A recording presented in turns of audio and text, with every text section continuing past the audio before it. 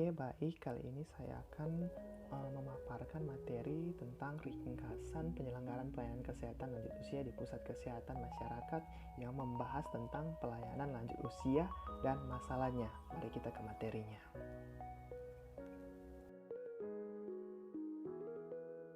Materi pertama, kita akan membahas pelayanan kesehatan lanjut usia di Puskesmas.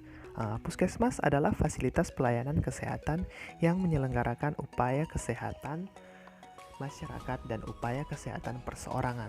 Tingkat pertama dengan lebih mengutamakan upaya promotif dan preventif untuk mencapai derajat kesehatan masyarakat yang setinggi-tingginya di wilayah kerjanya.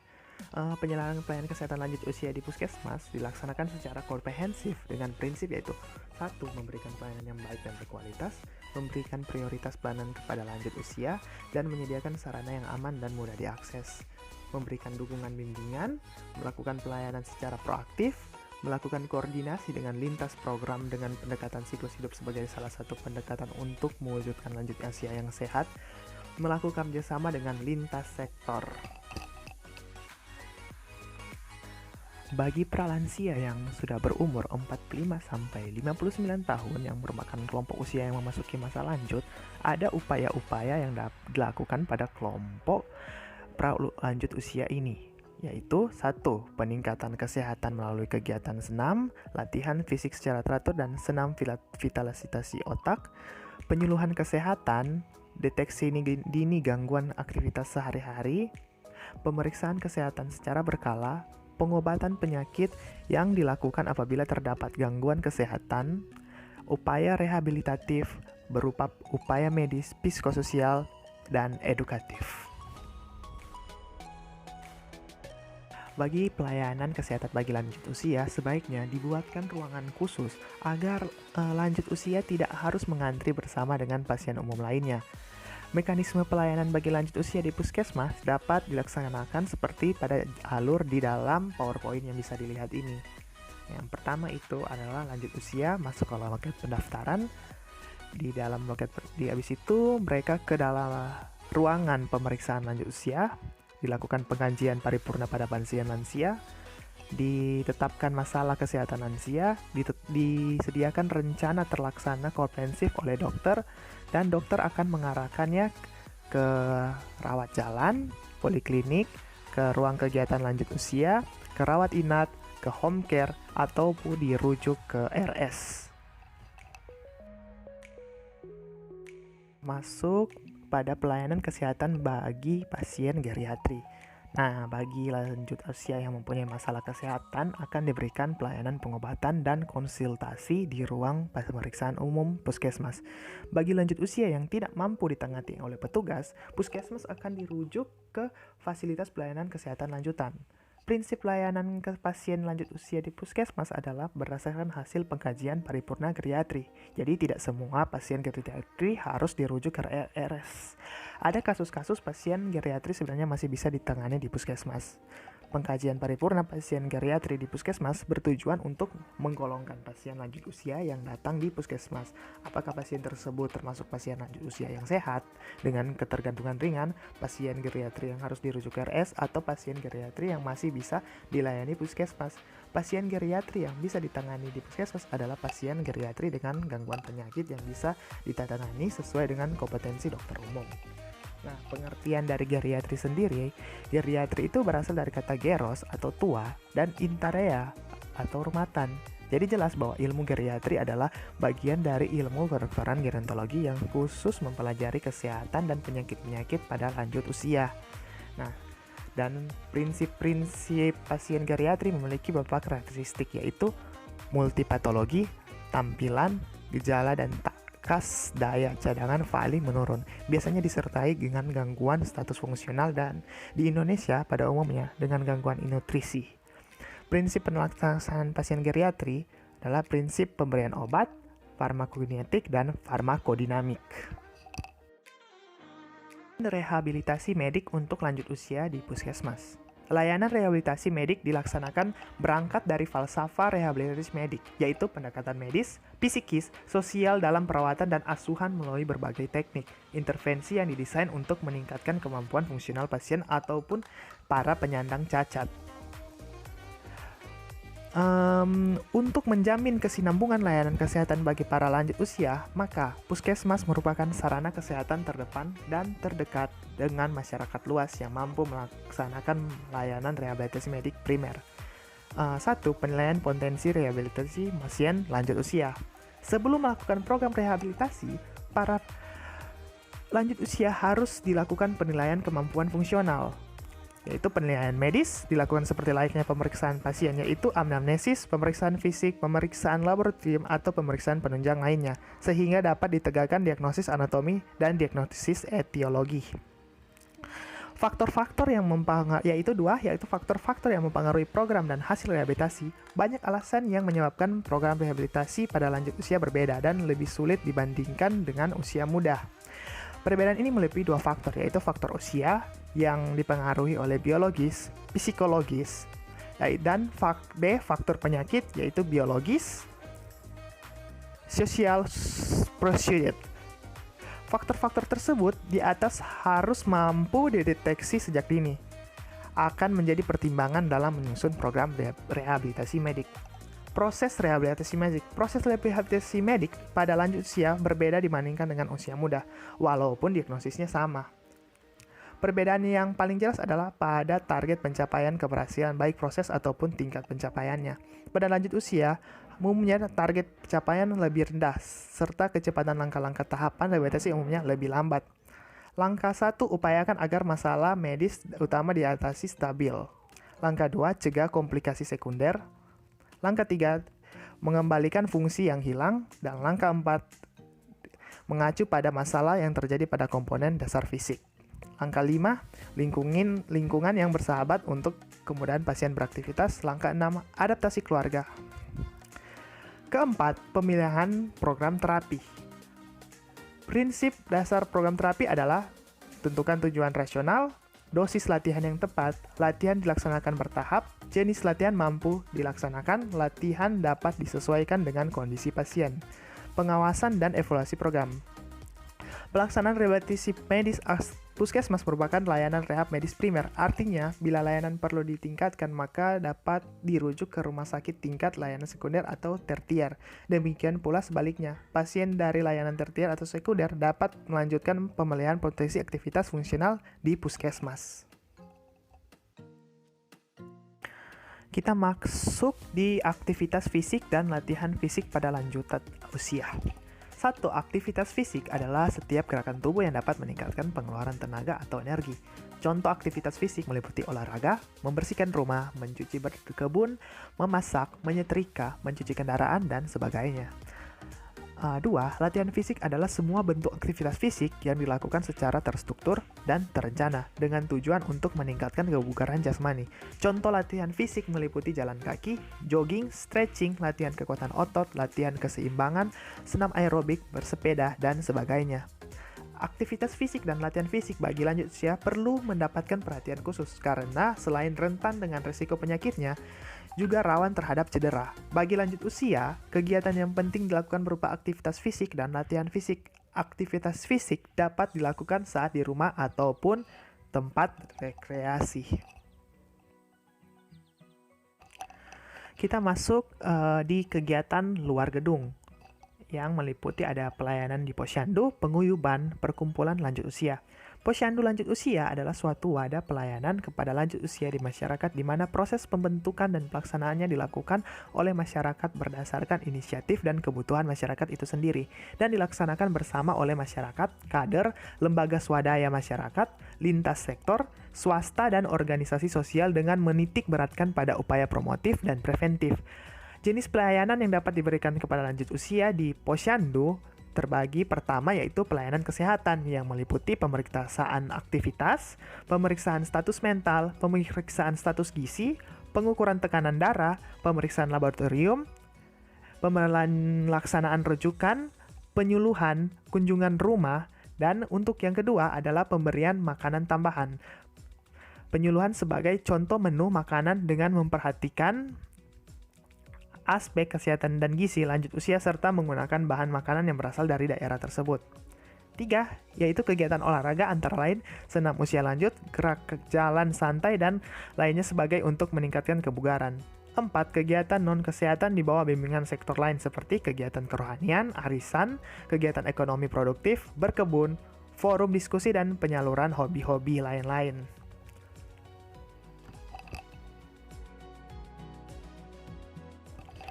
Perawatan lanjut usia di rumah atau home care. 1. Ruang lingkup pelayanan perawatan lanjut usia di rumah meliputi A. Pelayanan asuhan keperawatan secara komprehensif bagi lanjut usia dalam konteks keluarga. B. Melaksanakan pelayanan keperawatan langsung dan tidak langsung serta penanganan gawat darurat. C. Melaksanakan pendidikan kesehatan bagi lanjut usia dan keluarganya tentang kondisi kesehatan yang dialami lanjut usia dan penanganannya. D. Mengembangkan pemberdayaan lanjut usia, pengasuh, dan keluarga dalam rangka meningkatkan kualitas hidup yang lebih baik. 2. Program asuhan keperawatan lanjut usia di rumah.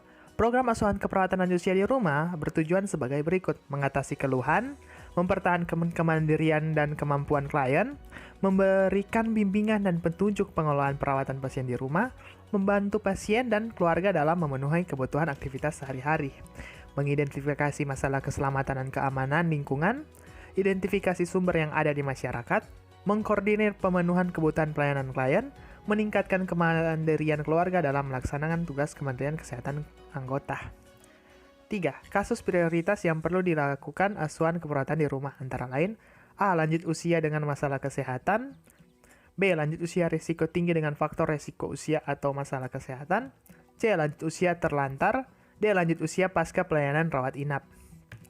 4. Proses asuhan keperawatan lanjut usia di rumah sebagai berikut. Pertama, dilakukan A. Pengkajian.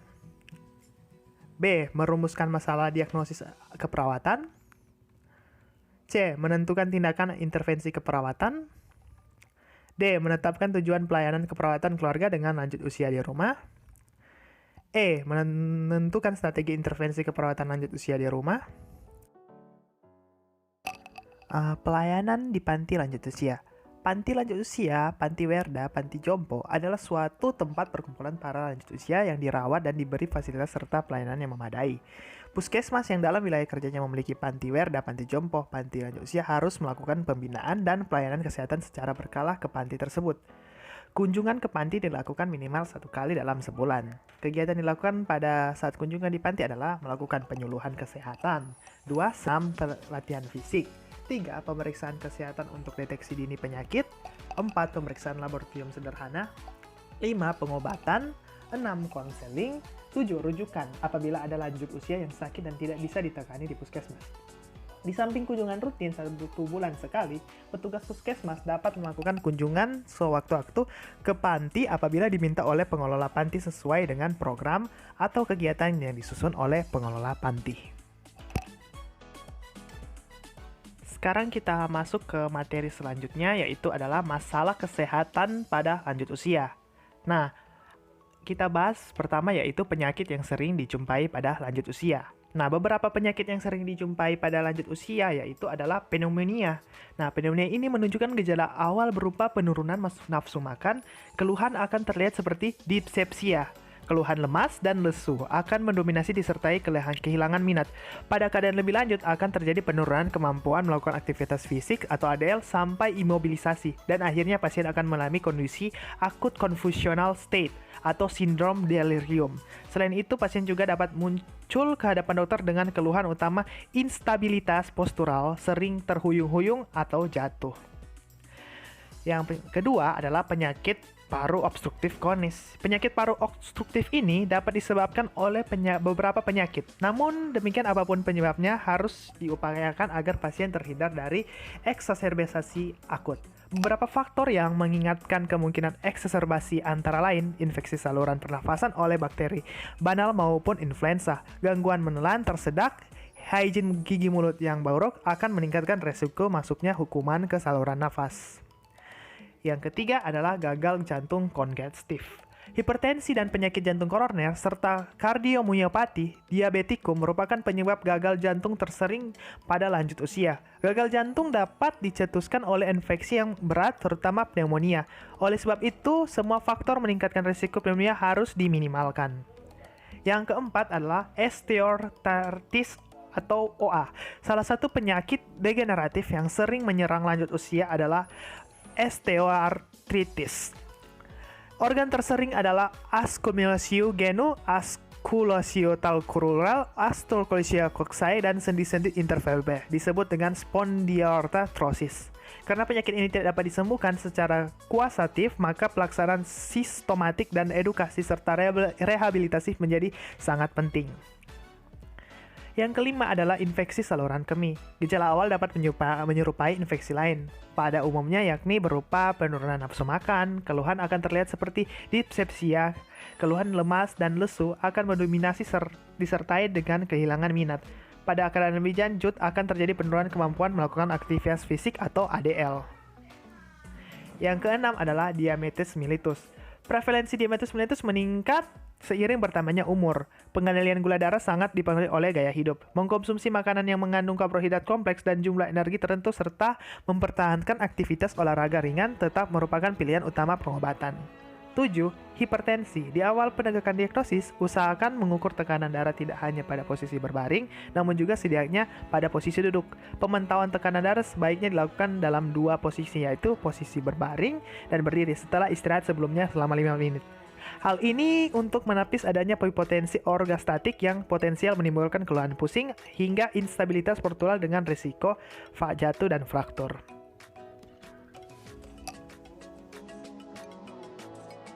Oke, sekarang kita masuk ke dalam sindrom geriatri. Sindrom geriatri adalah kumpulan gejala atau masalah kesehatan yang sering dialami oleh orang pasien geriatri. Sindrom geriatri ini dikenal juga dengan istilah 14I, yaitu pertama adalah berkurangnya kemampuan gerak atau immobilization. Berkurangnya kemampuan gerak yang dikenal dengan istilah imobilisasi digunakan untuk menggambarkan suatu sindrom penurunan fisik sebagai akibat dari penurunan aktivitas dan adanya penyakit penyerta. Kedua adalah jatuh dan patah tulang atau instabilitas postural. Perubahan cara jalan dan keseimbangan seringkali menyertai proses menua. Instabilitas postural dapat meningkatkan risiko jatuh yang selanjutnya mengakibatkan trauma fisik maupun psikososial. C. Mengompol. Secara umum, inkontinensia urin didefinisikan sebagai ketidakmampuan menahan keluarnya urin atau keluarnya urin secara tak terkendali pada saat yang tidak tepat dan tidak diinginkan. D. Infeksi atau infection. Penyakit infeksi merupakan penyakit utama mortalitas dan morbiditas pada lanjut usia. Pasien lanjut usia yang dirawat inap biasanya disebabkan karena infeksi. Beberapa faktor penyebab terjadinya infeksi pada lanjut usia adalah perubahan sistem imun, perubahan fisik, dan beberapa penyakit kronik lain. E. Gangguan fungsi indera. Gangguan fungsi indera merupakan masalah yang sering ditemui pada lanjut usia. Kedua hal tersebut dapat menyebabkan timbulnya gangguan fungsional yang menyerupai gangguan kognitif serta isolasi sosial. F. Kekurangan gizi. Kekurangan zat gizi baik zat gizi makro maupun zat gizi mikro seringkali dialami orang lanjut usia. Gangguan gizi pada lanjut usia dapat merupakan konsekuensi masalah-masalah somatik, fisik, atau sosial. G. Masalah akibat tindakan medis. Iatrogenik adalah masalah kesehatan yang diakibatkan oleh tindakan medis. Polifarmasi merupakan contoh yang paling sering ditemukan pada lanjut usia. H. Gangguan tidur atau insomnia. Pasien sering datang dengan masalah insomnia karena kelutan sulit tidur, kelelahan tidur gelisah, mengeluh sering bangun, tidak berdaya akibat sulit tidur, tertekan. Insomnia dapat disebabkan oleh gangguan cemas, depresi, delirium, dan demensia. I. Gangguan fungsi kognitif. Yang dikenal dengan istilah intellectual impairment adalah kapasitas intelektual yang berada di bawah rata-rata normal untuk usia dan tingkat pendidikan seorang tersebut. J. Isolasi. Yang dimaksud dengan isolasi adalah menarik diri dari lingkungan sekitar. K. Berkurangnya kemampuan keuangan. Mencakup pengertian ketidakberdayaan finansial. I. Konstipasi atau impaction, yaitu kesulitan buang air besar, sering terjadi pada lanjut usia karena berkurangnya gerakan usus. M. Gangguan sistem imun. Gangguan kesehatan yang disebabkan oleh perubahan sistem imunitas pada lanjut usia. Sistem imunitas yang sering mengalami gangguan adalah sistem imunitas seluler. N. Gangguan fungsi seksual, yaitu gangguan fungsi pada laki-laki lanjut usia dapat berupa ketidakmampuan ereksi, ketidakmampuan penetrasi, atau ketidakmampuan mempertahankan ereksi.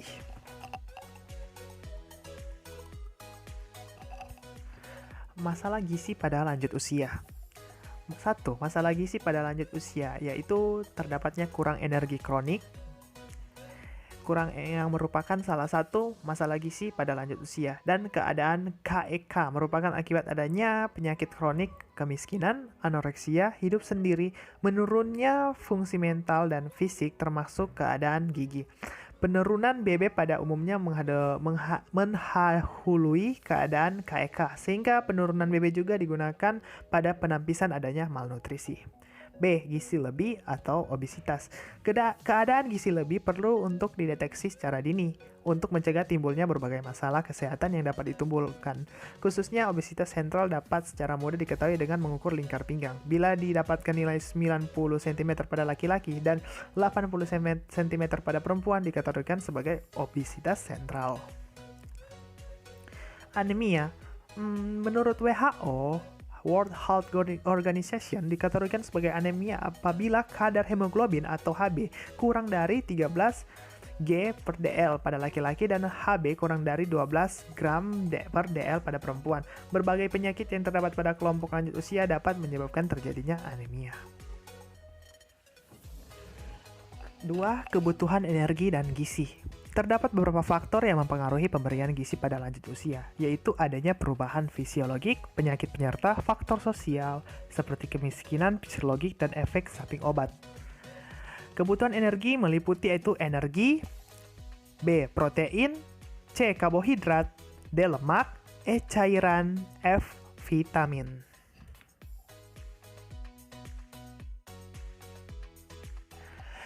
Penata laksanaan masalah gizi lanjut usia.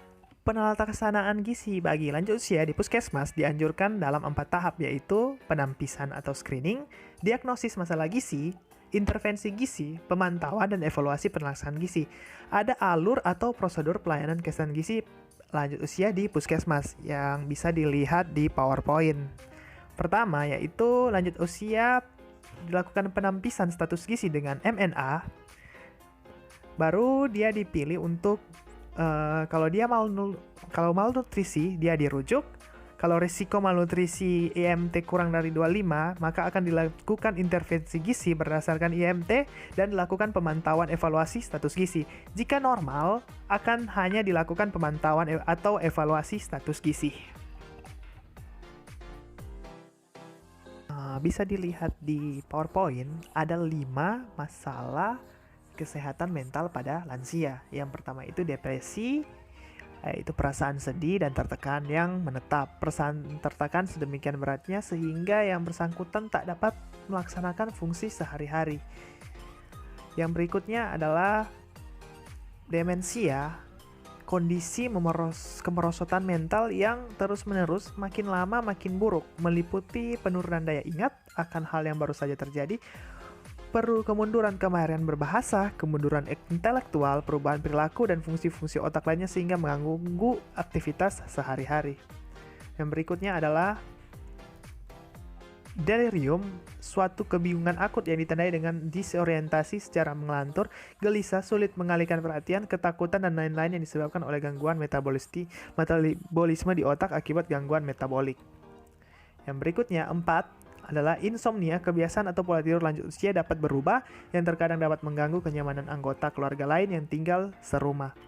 Yang kelima, yang terakhir adalah gangguan cemas. Mula-mula pasien memperlihatkan gejala fisik yang berkaitan dengan ketegangan atau dengan insomnia. Anamnesis lebih lanjut akan menampilkan ciri khas gangguan cemas yang menyeluruh, yaitu kecemasan dan kekhawatiran yang berlebih hampir tiap hari tentang sejumlah peristiwa atau aktivitas. Oke, kita masuk ke bagian masalah kesehatan gigi dan mulut. Kehilangan gigi dan pada lanjut usia merupakan salah satu penyebab menurunnya kualitas kesehatan lanjut usia. Masalah kesehatan gigi dan mulut sering terjadi pada lanjut usia adalah adanya karies gigi dan karies pada akar gigi, keausan emil dan dentin disebabkan proses penuaan, gingivitis dan periodontitis disebabkan keterbatasan dan keterampilan membersihkan gigi, endothallus atau gigi hilang mengakibatkan dukungan pada wajah berkurang sehingga tinggi wajah berkurang, serostomina mulut menjadi kering mengakibatkan karies, dan untuk prinsip pelaksanaannya bisa dilakukan pencegahan penyuluhan, kontor plak, diperiksa secara berkala. Untuk pemeliharaan, sikat gigi secara teratur, hindari luka pada organ mulut dan rongga mulut, obat kumur antiseptik, pemeliharaan gigi tiruan, diet seimbang, dan kesehatan gigi dan mulut.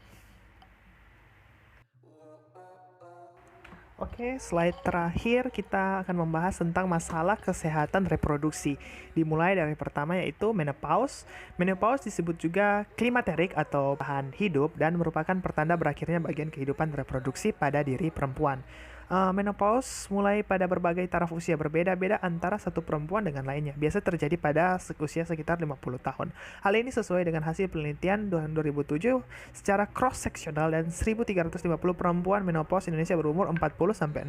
Rata-rata umur perempuan menopause di Indonesia adalah 48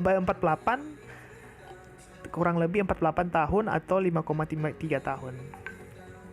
Berikutnya adalah andropause. Istilah andropause pada laki-laki masih merupakan sesuatu hal yang baru dan belum terbiasa didengar, bahkan sebagian orang meragukan adanya keluhan yang timbul berkaitan dengan penurunan fungsi hormon androgen pada laki-laki yang berusia 55 tahun. Namun beberapa penelitian telah mendapatkan bahwa penurunan fungsi testosteron pada laki-laki di usia lebih dari 50 tahun terkait dengan beberapa gejala seperti penurunan keinginan seksual atau libido, kekurangan tenaga, penurunan kekuatan otot, sedih dan sering marah tanpa sebab yang jelas, berkurangnya kemauan ereksi, mudah mengantuk, dan lain-lain sebagainya. Yang terakhir adalah kehidupan seksual. Seks sering dianggap abnormal atau tabu untuk dibicarakan pada masa usia lanjut. Akan tetapi hal ini perlu dibahas agar kita mendapat pengertian yang tidak menyesatkan. Seks merupakan hal yang biasa dan normal juga pada lanjut usia. Rasa cinta dan kasih sayang antara pasangan masih tetap dibutuhkan sampai masa usia lanjut. Bila kondisi kesehatan masih baik dan lanjut usia masih hidup berpasangan, maka kehidupan seksual dapat diupayakan sampai masa lanjut usia. Hubungan seksual secara teratur membantu mempertahankan kehidupan seksual. Bila kemampuannya berkurang pada lanjut usia, jangan cemas akan hal itu karena merupakan perubahan yang alami.